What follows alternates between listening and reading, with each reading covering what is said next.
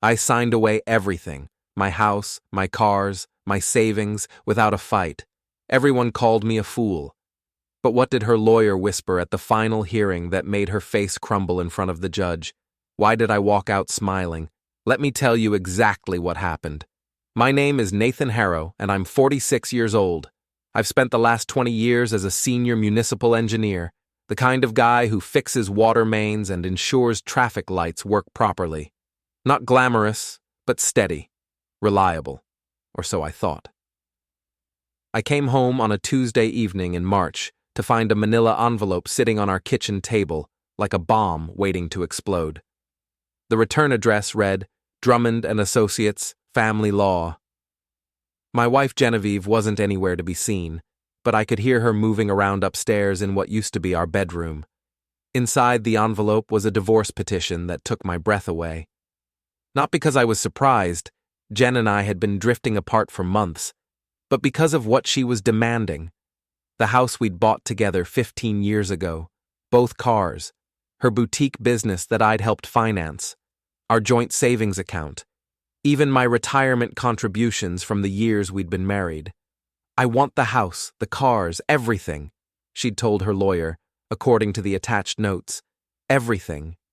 When Jen finally came downstairs, she was dressed like she was heading to a business meeting.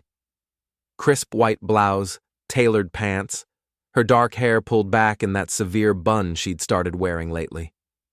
She looked at me holding the papers and crossed her arms. I assume you've read it, she said, her voice cold and businesslike. Jen, what is this?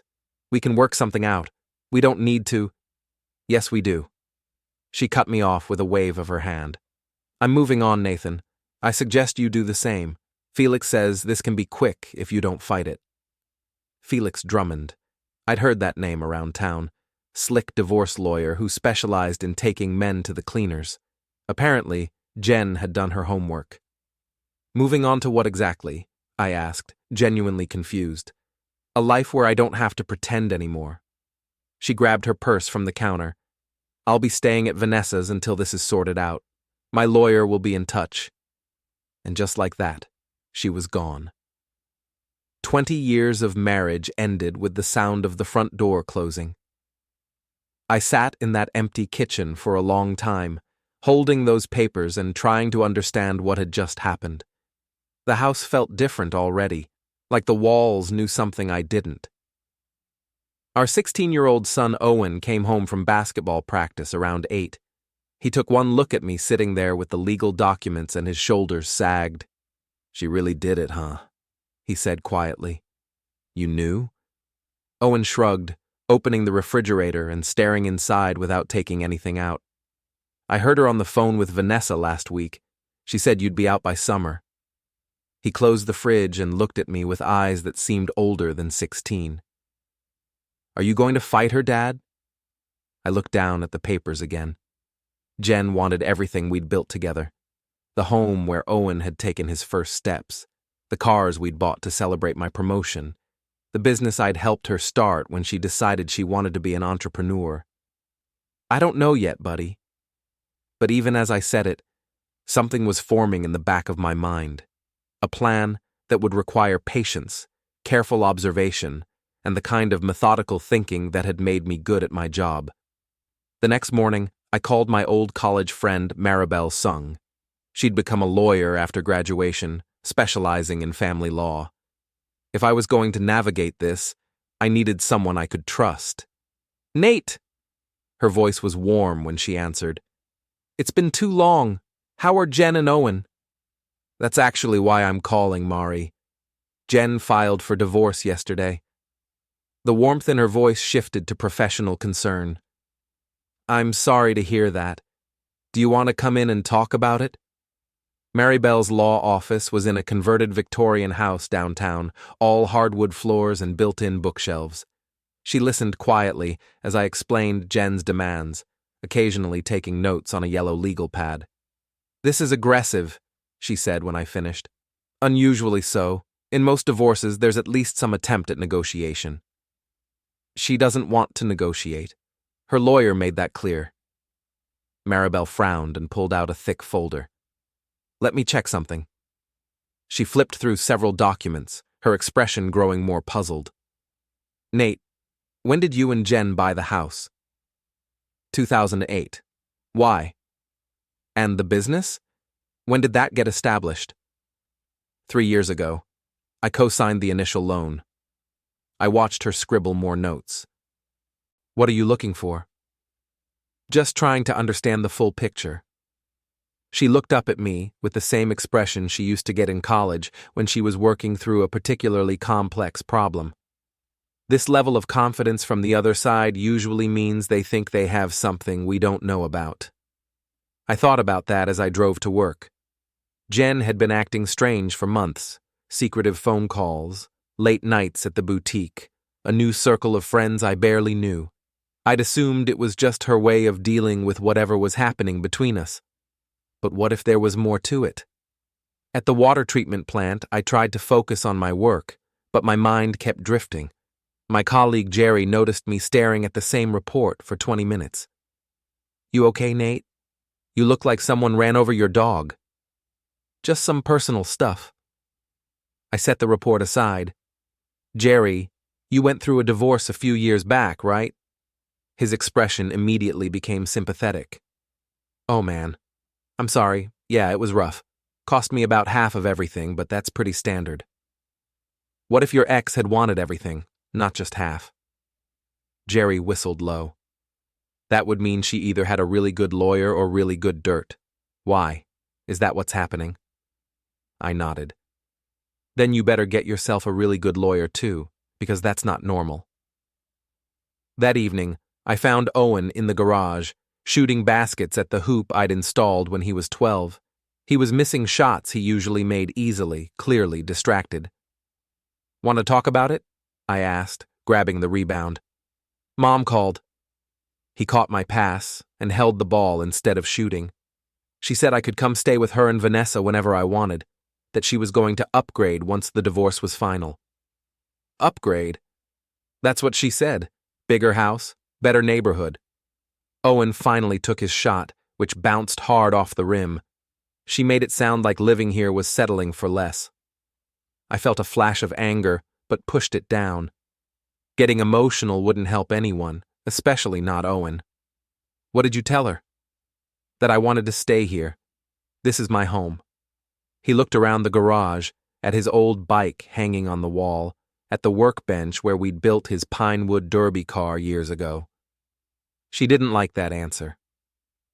That night, after Owen went to bed, I sat in my study and really looked at the divorce papers for the first time. Jen wasn't just asking for half our assets. She was claiming ownership of things that should have been joint property. The house, for instance. According to her filing, she was the primary owner because she'd handled most of the paperwork during the purchase. I pulled out our old files and started going through them. Something wasn't right, but I couldn't put my finger on what. My phone buzzed with a text from an unknown number. This is Felix Drummond. We should talk. No need to make this harder than it has to be. I stared at the message for a long time before deleting it without responding. The next day, I drove past Jen's boutique on my way home from work. Through the window, I could see her talking animatedly with Vanessa Rickson, her business partner and new best friend. They were both laughing, and Jen looked happier than I'd seen her in months. A sign in the window read, "Under new management soon." I pulled into the parking lot and sat there for a moment, watching them. Jen caught sight of me through the window, and her expression immediately hardened. She said something to Vanessa, who turned to look at me with undisguised hostility. I drove home without going inside. That night, I couldn't sleep. I kept thinking about that sign, about Owen's conversation with his mother, about the confidence in Felix Drummond's text message. Everyone seemed to know something I didn't. Around midnight, I went down to the kitchen and made coffee. As I was reaching for the sugar, I knocked over a small ceramic bowl we kept on the counter for loose change. Coins scattered across the floor, and as I was picking them up, I found something I'd forgotten about: my old wristwatch. It was a cheap thing, nothing fancy, but Jen had given it to me for our 5th anniversary. The back was engraved, "For every hour together, love, G." The crystal was cracked, and it had stopped working years ago, but I'd kept it in that bowl for sentimental reasons. Looking at it now, I felt something shift inside me. Jen wanted everything we'd built together, wanted to erase 20 years like they'd never happened. She was so confident she'd get it all that she was already planning her upgrade.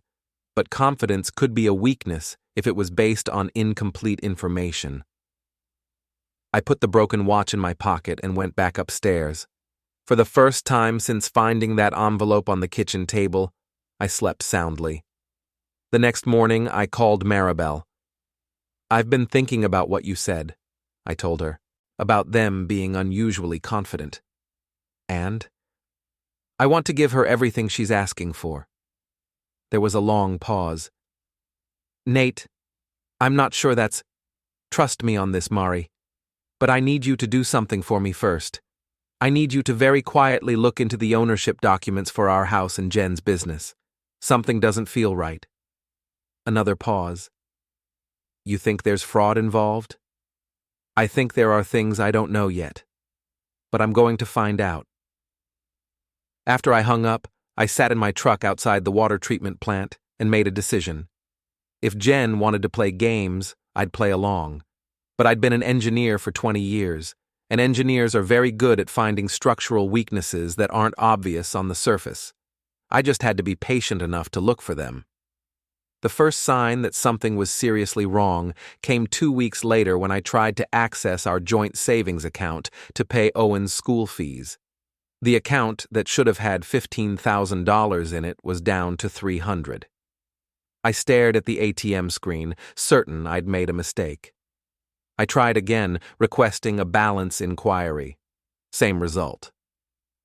That evening, I waited for Jen to come by the house to pick up more of her things. She arrived around 7, Vanessa trailing behind her like a well-dressed shadow. "Jen, we need to talk about the savings account," I said as she headed upstairs. "What about it?" "There's almost nothing left in it." She paused on the stairs, not turning around. "I had some business expenses. It's all documented. $12,000 in business expenses in 2 weeks." Now she did turn around, and her expression was coldly defensive.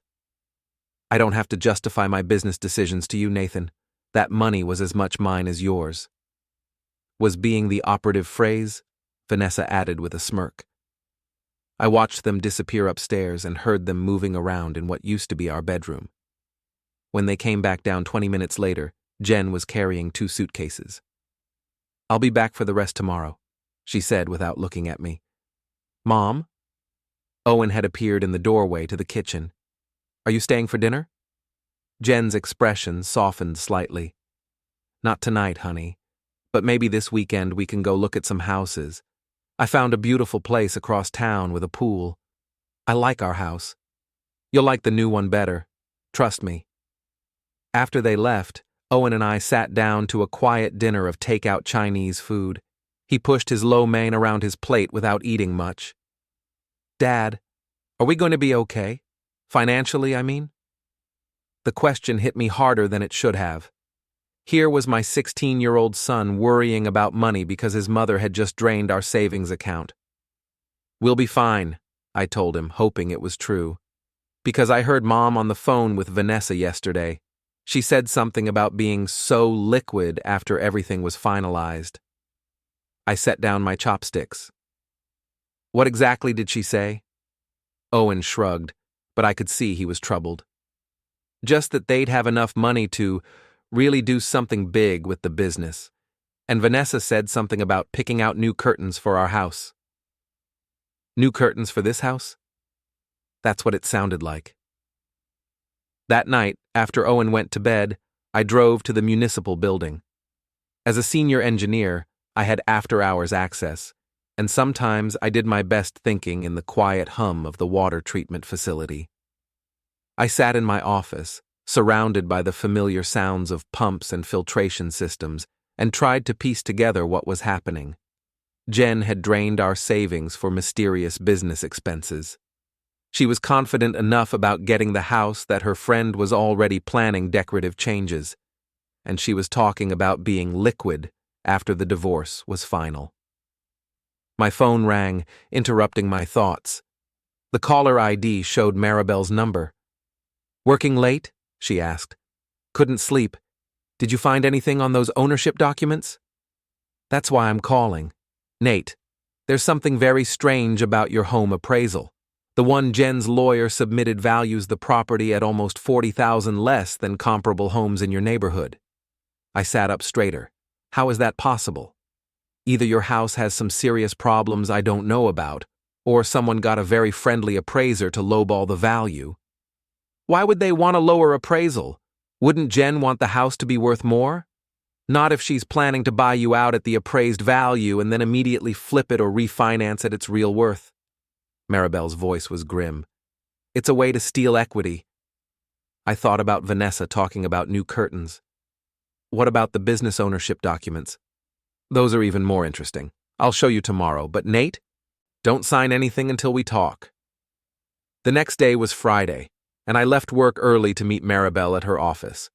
She had a stack of documents waiting for me, along with a pot of coffee that suggested this was going to be a long conversation. "Okay," she said, spreading papers across her conference table. "Let's start with the house. You bought it in 2008, correct?" "Right. We both signed the mortgage papers." "And you've both been making payments?" "The payments come out of our joint account. So technically, yes." Maribel nodded and pulled out a thick document. "This is the original deed. Both your names are on it, as joint owners with rights of survivorship. Standard for married couples." "Okay?" "But this," she said, producing another document, "is a quitclaim deed dated 6 months ago. According to this, you signed over your ownership interest in the house to Jen." I stared at the paper. There was my signature, clear as day, on a document I'd never seen before. "I didn't sign this. I was hoping you'd say that." Maribel's expression was serious. "Because if you did, Jen would own the house outright, and you'd have no claim to it in the divorce." "But I didn't. I swear to you, Mari, I've never seen this document before." She nodded and made a note on her legal pad. "Then we have a problem. Either this signature is forged, or you signed something without understanding what it was." I studied the signature more closely. It looked like mine, but something about it felt wrong. The way the N in Nathan was formed, the angle of the H in Harrow. Close, but not quite right. "What about the business documents?" "Those are even more problematic." Maribel pulled out another stack of papers. "According to these filings, Jen's boutique was initially funded by a loan that you co-signed, correct?" "Yes, $30,000. But look at this." She showed me a document dated last year. "This shows the business assets being transferred to a new LLC, with Jen and Vanessa as the only owners. Your signature is on the transfer documents." Another signature I'd never made. "Someone's been very busy," I said quietly. "It gets worse. If these documents are legitimate, you're still liable for the original loan, but you have no ownership stake in the business that loan funded." I sat back in my chair, feeling like I'd been punched in the gut. "So, let me get this straight. According to these papers, I don't own my house, I don't own any part of Jen's business, but I'm still responsible for the debt that funded it?" "That's exactly right." "And if I can't prove the signatures are forged?" Maribel's expression was sympathetic, but honest. "Then Jen gets everything she's asking for, and you get to keep paying for it." I drove home in a daze, my mind racing. Someone had been planning this for a long time, carefully moving pieces into place while I went about my daily routine, oblivious to what was happening.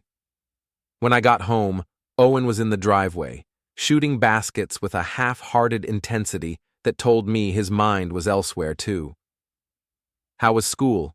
I asked, grabbing the rebound. "Weird. Mom picked me up at lunch and took me to look at that house she mentioned, the one with the pool." "What did you think of it?" Owen caught my pass and held the ball. "It was nice, I guess. Really big. But Dad, she was talking to the real estate agent like she'd already bought it. She was asking about move-in dates and stuff." "Did she say how she was planning to pay for it?" "She said something about liquidating assets." Owen finally took his shot, which swished cleanly through the net. What does that mean? It means selling things to get cash. What things? I looked at my son, this kid who was trying so hard to understand why his world was falling apart, and made a decision. Owen, I need to ask you something, and I need you to be completely honest with me. He nodded.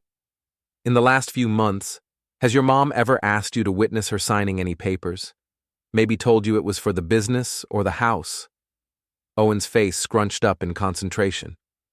Maybe. There was this one time, like right before Christmas. She had me sign something as a witness, but she said it was just boring business stuff and I didn't need to read it. Do you remember what it looked like? Just a bunch of papers with official-looking letterhead.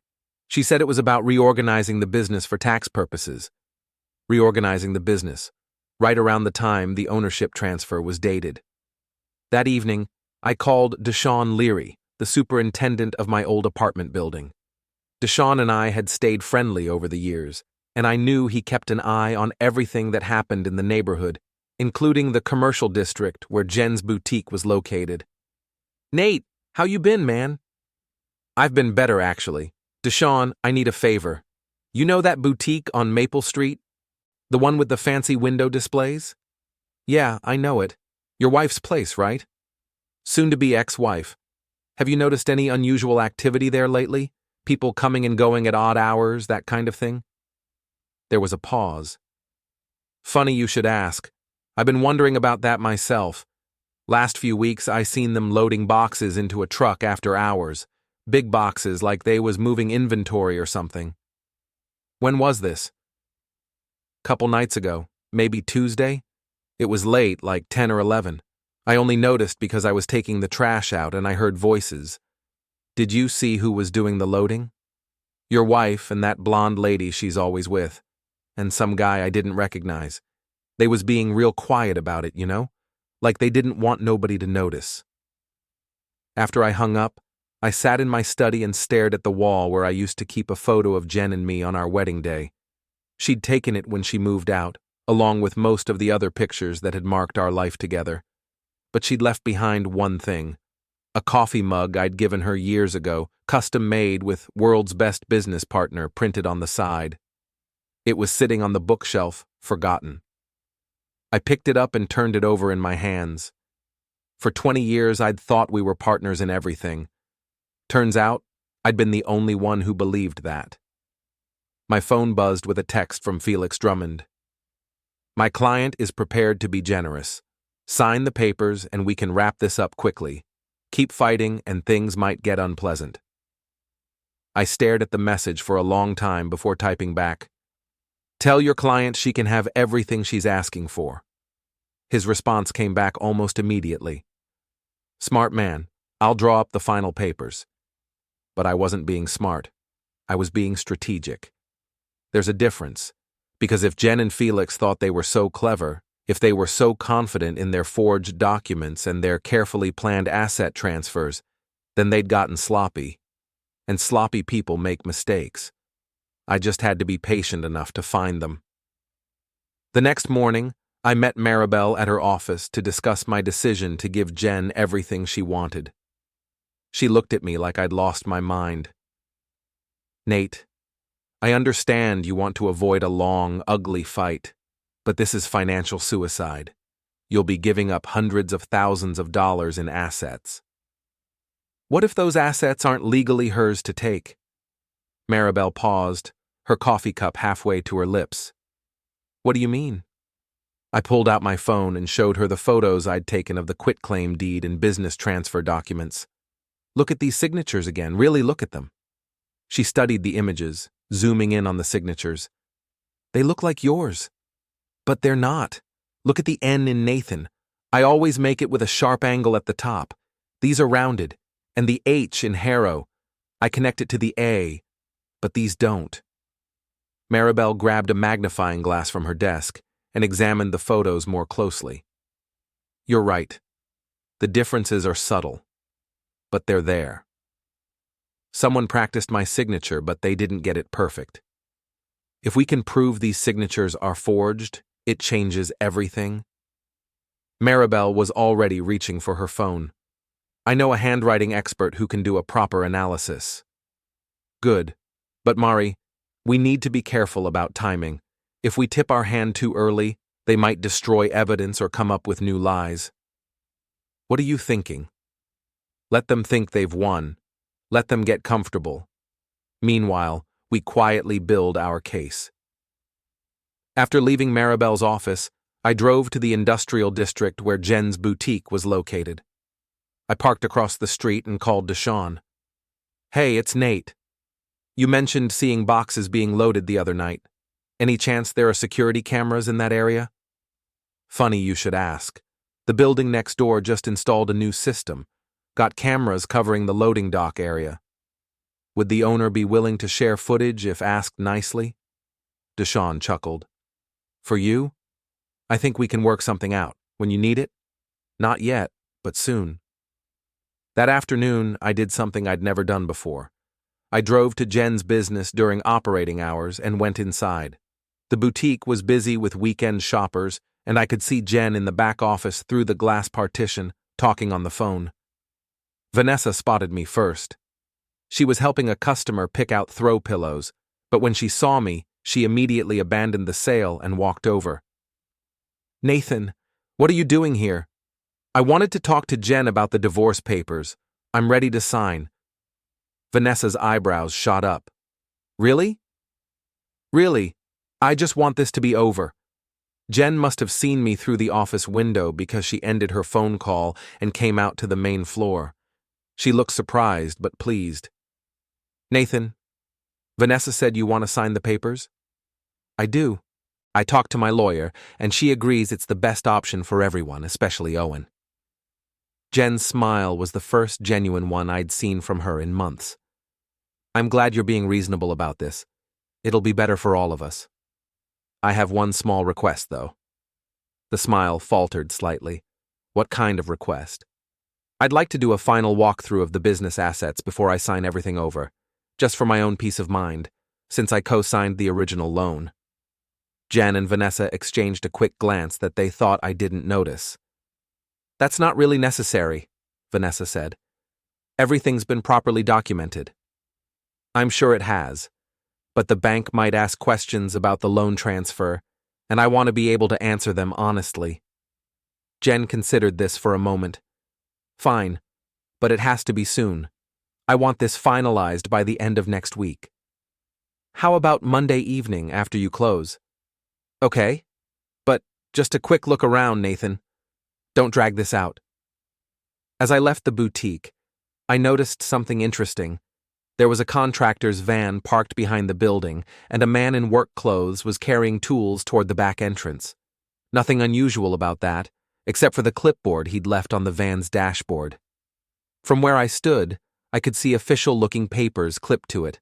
I walked casually past the van and glanced at the clipboard. The top sheet was a work order for inventory storage modifications, dated 3 weeks ago. But what caught my attention was the signature at the bottom, G. Harrow, in handwriting that looked nothing like Jen's actual signature. I took a quick photo with my phone and kept walking. That evening, Owen and I were having dinner when he mentioned something that made me nearly choke on my food. Oh, I forgot to tell you, Mom's accountant called earlier. Some guy named Elias. He said he needed to talk to you about the business loan documents. Elias Gant.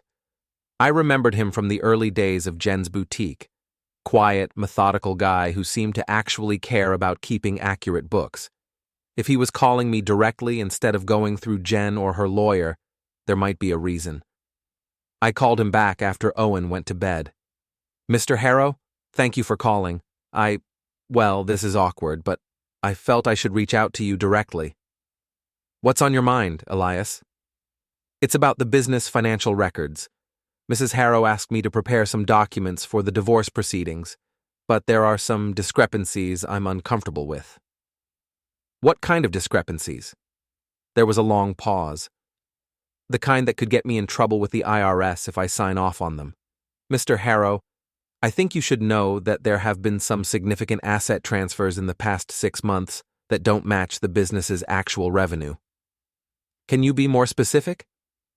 I'd rather not discuss this over the phone. Could we meet somewhere? Somewhere discreet? We arranged to meet the next morning at a small cafe downtown, the kind of place where two people could talk without being overheard.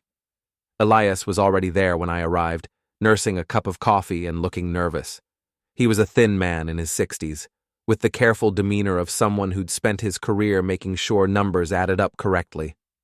"Mr. Harrow, I want you to know that I've always tried to maintain professional standards in my work. I'm sure you have. But Mrs. Harrow has been pressuring me to adjust certain figures. She says it's for tax optimization, but what she's asking me to do isn't legal." He pulled a USB drive from his pocket and slid it across the table. "What's on this?" "The real financial records for the boutique, not the ones she wants me to submit to the court." I pocketed the USB drive. "What do the real records show?" "That the business has been operating at a loss for the past year, but someone's been moving money through it anyway, using it like a personal checking account. Business funds paying for personal expenses, inventory being sold off the books, that sort of thing." "How much money are we talking about?" "At least $50,000 in the past 6 months alone." I felt a cold anger building in my chest. While I'd been working overtime to pay our bills, Jen had been treating her failing business like a personal piggy bank. "There's something else," Elias said quietly. "The business loan you co-signed? Mrs. Harrow took out a second loan against the business assets without your knowledge. If the business fails, you could be liable for both loans." "How is that possible?" "Someone signed your name on the loan documents. I saw them myself." Another forged signature. "How many documents had my name been signed to without my knowledge?" "Elias, why are you telling me this?" The older man looked uncomfortable. "Because I've been doing books for small businesses for 30 years, and I've never been asked to participate in fraud before. I won't do it, even if it costs me a client." "What does Jen think you're going to do?" "She thinks I'm going to submit the false records to support her divorce claims. She's expecting me to testify that the business is highly profitable and that you've been trying to interfere with its operations." "And instead?" "Instead, I'm giving you the real records and submitting my resignation tomorrow." After Elias left, I sat in that cafe for another hour, going through the files on the USB drive on my laptop. The picture they painted was damning. Jen's boutique was hemorrhaging money, but cash was flowing through it from sources that weren't listed as business income. The inventory records showed items being removed without corresponding sales, and there were payments to contractors and storage facilities that had nothing to do with the boutique's operations. It was starting to look like Jen and Vanessa weren't just planning to take my assets in the divorce. They'd been systematically looting the business to fund their plans. My phone rang, interrupting my analysis. It was Maribel. "Nate, I just got off the phone with the handwriting expert. She can do the signature analysis, but she'll need original documents, not just photos." "That might be a problem. I don't think Jen's going to voluntarily hand over documents with forged signatures." "Then we'll have to get creative. Is there any legitimate reason you might need to see the original paperwork?" I thought about my conversation with Elias and about the contractor's clipboard I'd photographed yesterday. Actually, there might be. I'm supposed to do a walkthrough of the business on Monday. Maybe I can find some original documents there. "Be careful, Nate. If they realize what you're looking for, they might destroy evidence." "I'll be careful. But Mari, I think this goes deeper than just forged signatures. I think they've been planning this for months, maybe longer." "What do you mean?" "I think Jen's been systematically moving assets and creating debt in my name to maximize what she can take in the divorce. She's not just trying to steal what we built together. She's trying to stick me with the bills for her failures." That evening, I was in my study, going through more of Elias's files, when Owen knocked on the door. "Dad, can I talk to you about something?" "Of course, what's up?" Owen sat down in the chair across from my desk, looking troubled. I've been thinking about what Mom said about the new house and about her being so confident about getting our house. Okay. The thing is, I remember something from a few months ago. Mom had me sign some papers as a witness, remember? I told you about that. Right. Well, I was thinking about it, and I remembered something else. She had me sign my name on a separate piece of paper first, like she was showing me how to do it properly. She said it was for practice, but now I'm wondering. I felt a chill run down my spine. Wondering what? Whether she was practicing copying my signature too. I stared at my son, this 16-year-old who was starting to understand that his mother might not be the person he thought she was. Owen, this is important. Do you remember what the papers said? The ones you witnessed? Not really, but I remember there was a seal on them, like official documents. And Mom seemed really nervous while I was signing. Did anyone else see you sign them? Vanessa was there. She was the one who told me where to sign. I made a mental note to ask Maribel about the legal implications of using a minor as a witness to document fraud. Dad, are we going to be okay?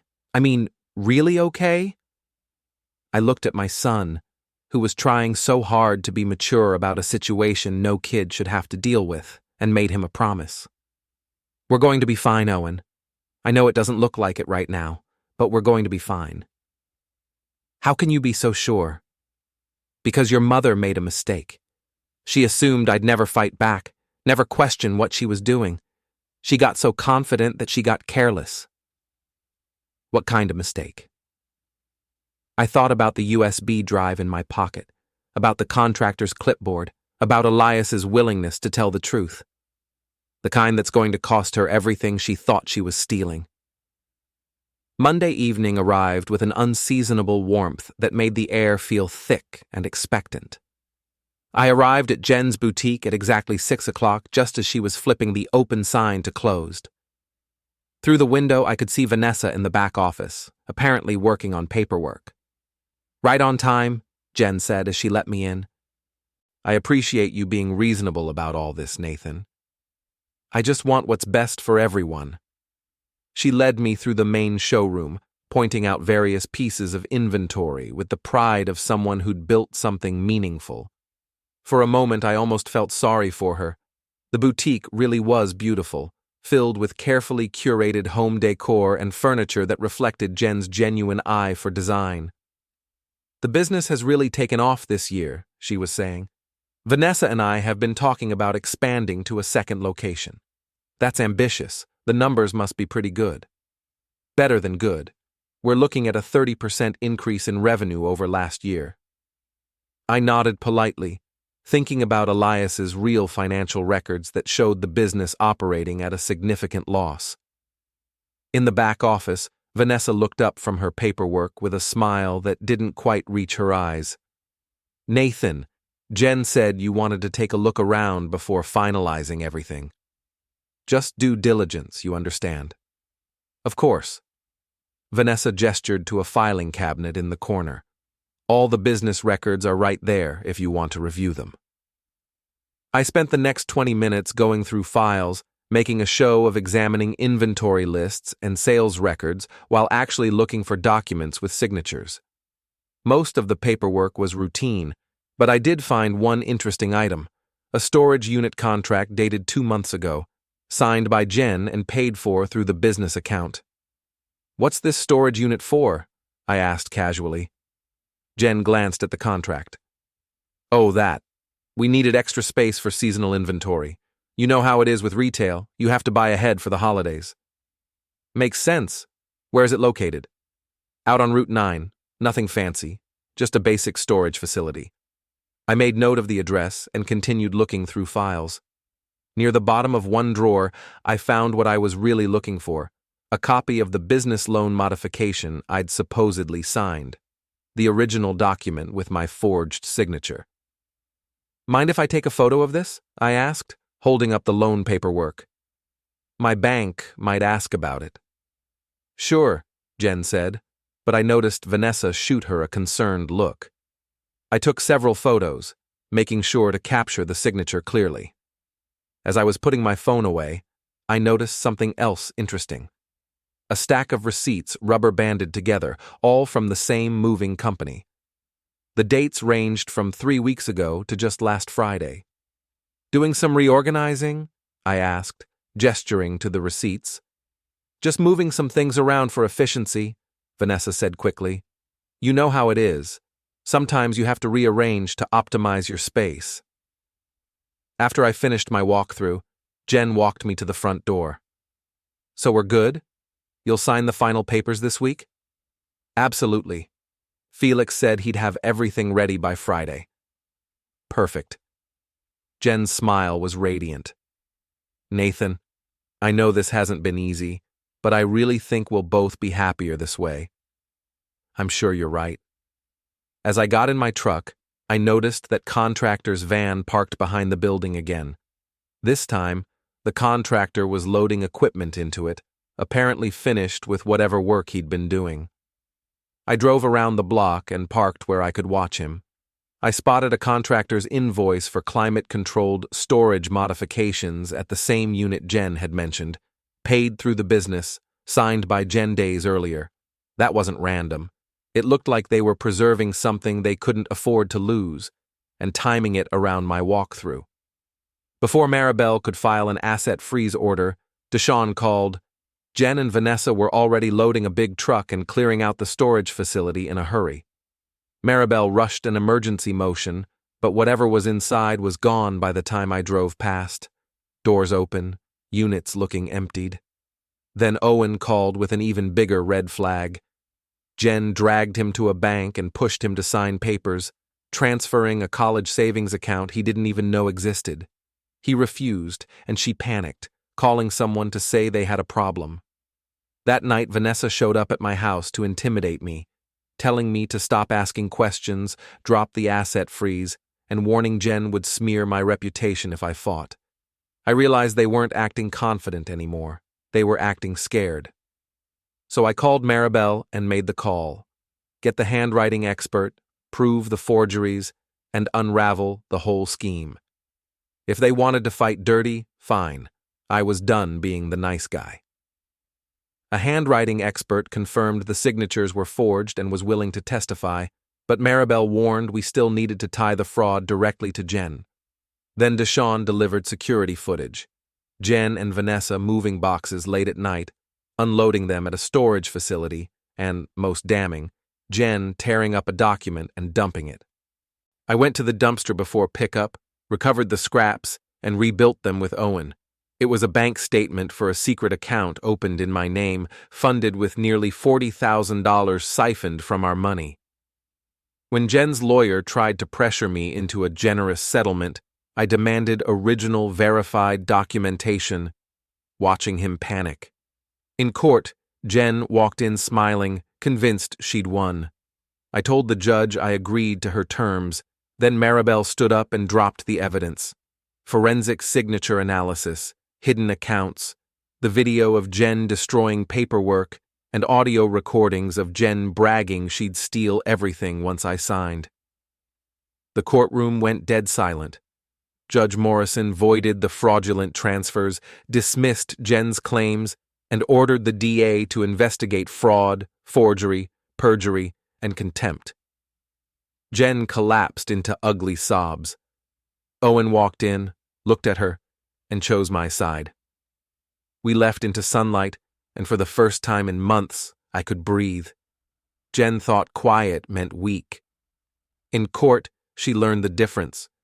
What would you have done in my shoes? Drop your thoughts below and subscribe for more real-life stories of justice served.